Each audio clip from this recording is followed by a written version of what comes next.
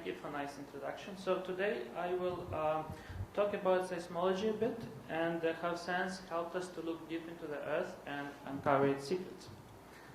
So here is my outline, and I will mention the challenges we faced, the outcome that came basically fighting with those challenges. I will mention a bit our experiments and discoveries along the way, and a few words about our bright future. So the challenges that seismology had a few years, like 5 years ago, 6 years when we started, was pretty much the same challenges as we have now. It's how to improve resolution and how to faster deliver data to the user, and along the way it's real-time seismic monitoring and obviously low power. And before going to Mexico, we at CENS designed the wireless seismic station, and we tried to overcome several of those challenges and mainly improve the resolution, faster data delivery, and real-time monitoring, which is all achievable with wireless networks. And improved resolution was achieved with basically many seismic stations that were installed across Mexico, and they were all connected over wireless and obviously delivering data every day at UCLA. And after Mexico, we moved to Peru. Along the way, we improved our software tools, and to achieve one of the goals, which is low power, is a very challenging actually task, and we hope to do this with a new device that is, we will see a few buzzwords like GeoNet, FlexiRAM, ShimNet, and it's a low power seismic station that we are developing at UCLA, and I will go to this a bit later. So at the beginning of the CENS, we had several wireless projects, and one was on the side of the structural engineers. They used mode MEMS to test the structure and to look how structures respond to seismic waves. And on the other side, we had the group from the global seismology who were using the commercial sensors. Basically, this is the big commercial sensor, this is the commercial seismic station, and computer that is showing the small seismic waves actually getting data wirelessly from this small box that was designed at CENS.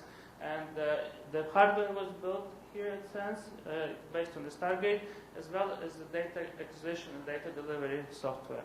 So this site at the bottom here is basically, it's a site from Mexico, and you can see it's a standalone site with a solar panel, all instruments actually underground, and over here you see antenna which is looking actually at the other side and sending data or receiving data depending on the application. So we are quite energized with this success, and a few years later we actually moved from Mexico, we went to Peru. So the line, to give you perspective, the line in Mexico we had was 500 kilometers, and out of those 500, so we had 100 sensors, 50 sensors, like seismic stations, were connected wirelessly, and 50 were standalone. And standalone with part of the Caltech network. And on the side of the structural engineers, they had some big deployments on the Vincent Thomas Bridge, and they would try to detect fracture detection on that bridge. So right now in Peru we have out of one line, which was this black one, it's 300 kilometers. We would like to expand and have 4 actual lines at the end.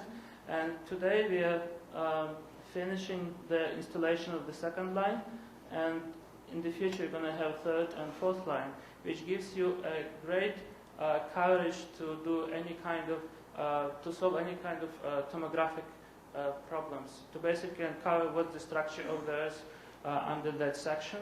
And what we have in Peru as well as in Mexico, we have a subduction, we have a plate going right onto the continent. This is the continent, we have Andes, and we are speaking here about the mountain building and different subduction processes. At the same time, we keep working on the developing a low-power seismic device. And over here on the left, you can see an example of a GeoNet or FlexiRAM box, which is a low-power seismic station, and I'll talk about this in detail in a few slides.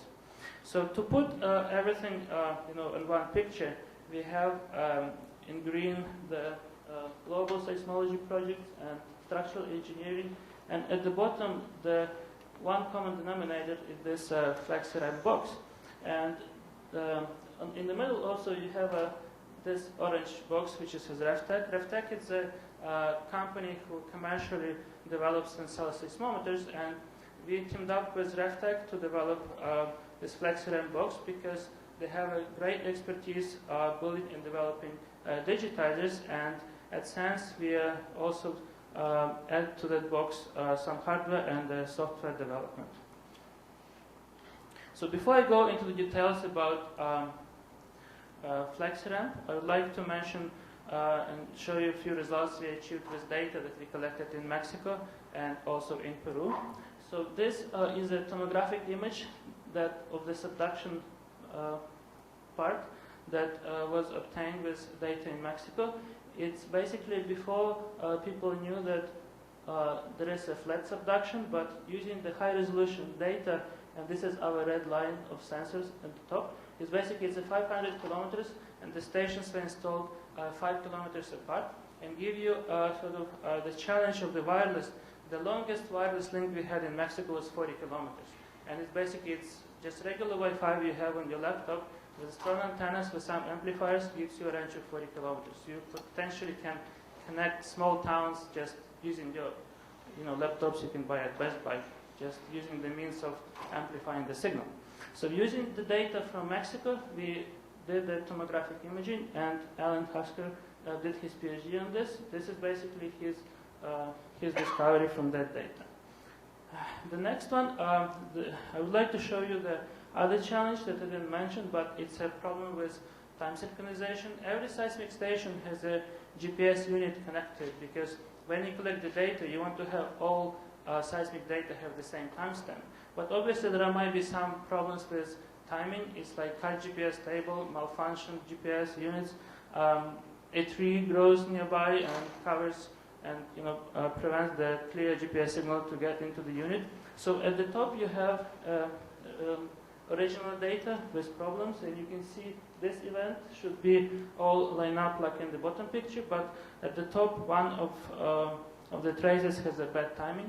So we used microseisms in order to synchronize all seismograms, and Martin did a great job of doing this. And now, following his steps also, we can do a lot of event detection using similar techniques.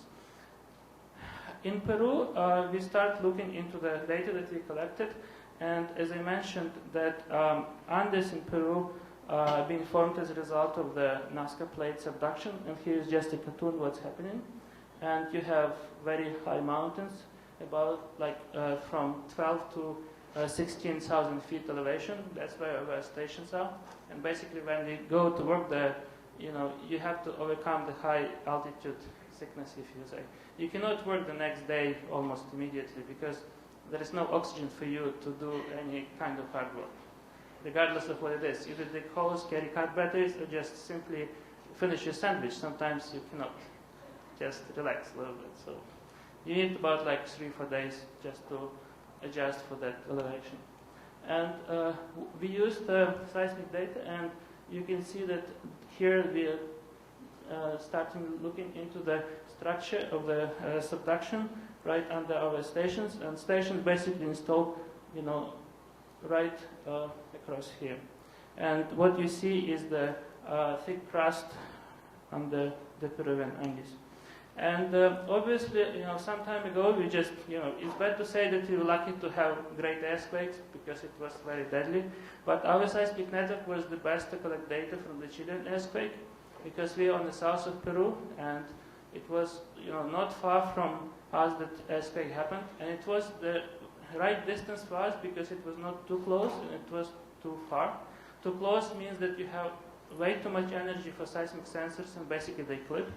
If it's too far, the energy is too low, but this energy we received is really, really good. And actually, our data is not public until we finish our experiment, but this Chilean data, it became public because it's way too valuable for seismic society.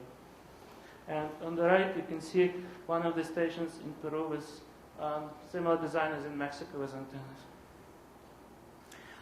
Here's the another part of the challenge about the seismic monitoring, real-time seismic monitoring and data quality control. In order to tell really what's happening and what kind of problems you have at the station, you have to process your data almost on a daily basis. And we implemented a lot of tools that would help us to do. So basically you have a table here, and you can click on those points. On the left is PE 1, 2, 3, 4. Those are codes for the seismic stations in Peru.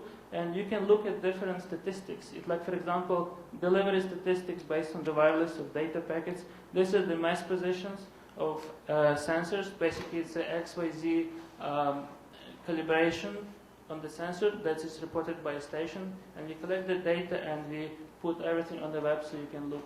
And also there is automatic event detection that was implemented. So we can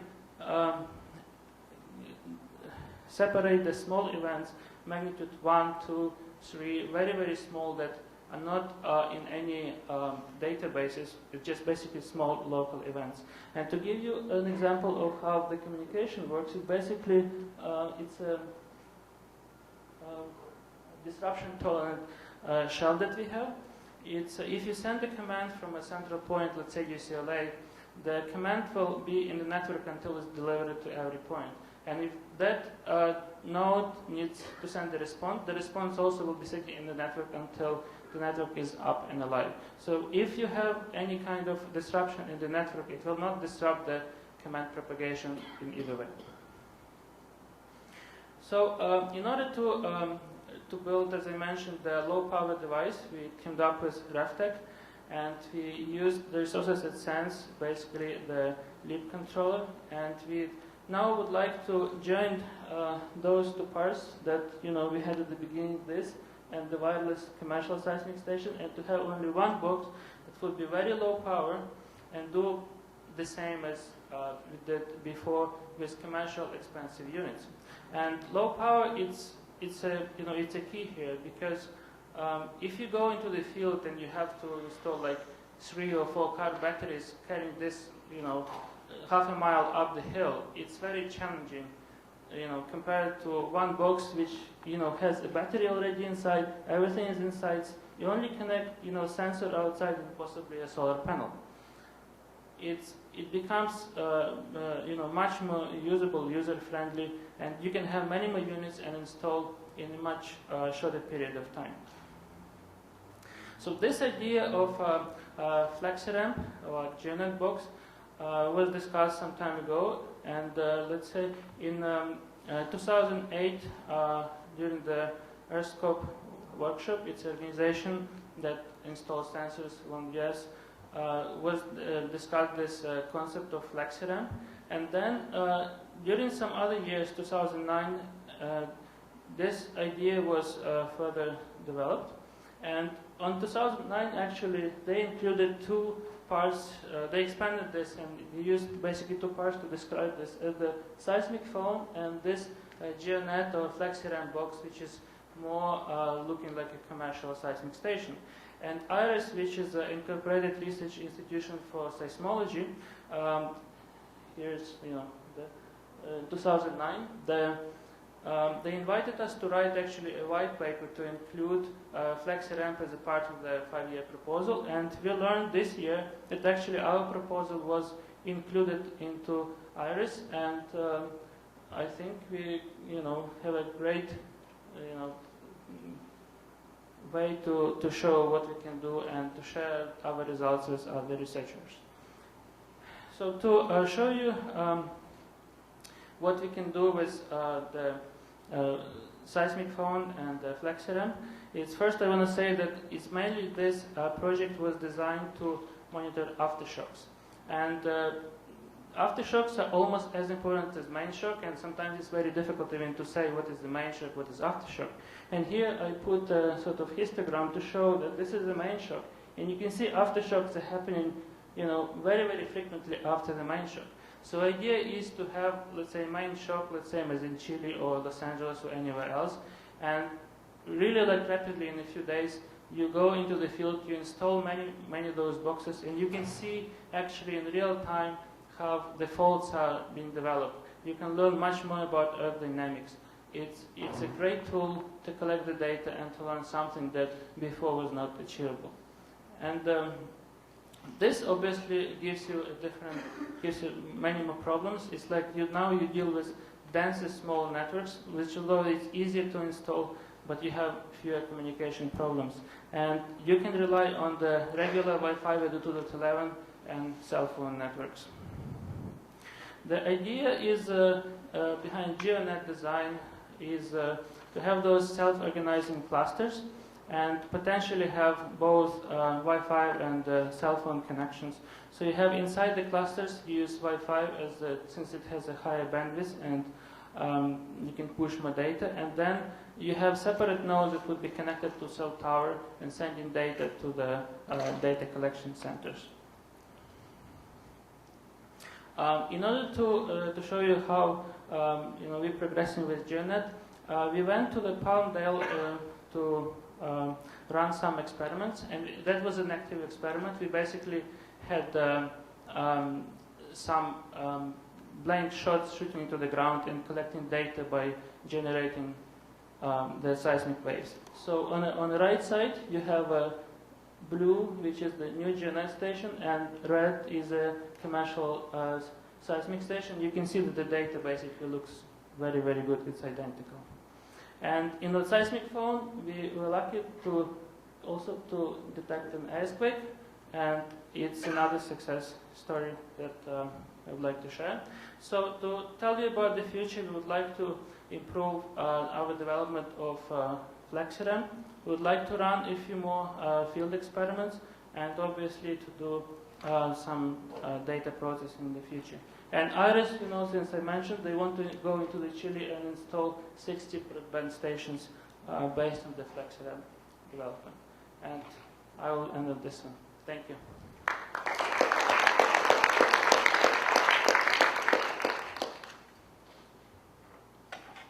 So we can take a couple of questions for Igor.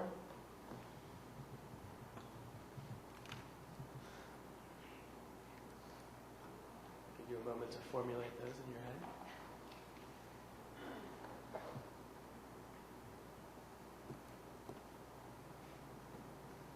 Well, Igor, maybe you could explain for my benefit. You've got this line of seismic stations in Mexico and Peru, and that results in a picture of what the underlying geology is. Could you say more about how you go from the squiggly lines to the picture of the structure?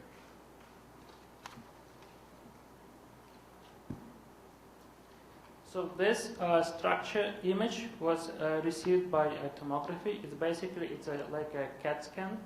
When you go to a doctor, and doctor runs machine around your head, and then now collecting those the signal based on the attenuation and the delivery and the time of every signal, you can go backwards and see what the structure is. It's basically the idea is that if you send a signal from point A to point B, and right in the middle there is something that highly attenuates the signal, the traces, the time to go through this highly attenuated object will be different than the time of the ray that goes through the high velocity image. So basically you have a lot of stations, let's say 100 stations, and you have those are receivers, and you have one source which is earthquake, and this earthquake is used only as the energy generating event. So it doesn't have to be earthquake, it can be nuclear explosion, it can be anything, but since earthquakes are given for free, we just use them. It's very convenient. So we use earthquakes as the energy generators, and they send rays through this structure that you're interested in, and then you basically do tomography and you see, what caused some, slowness or change of velocity basically.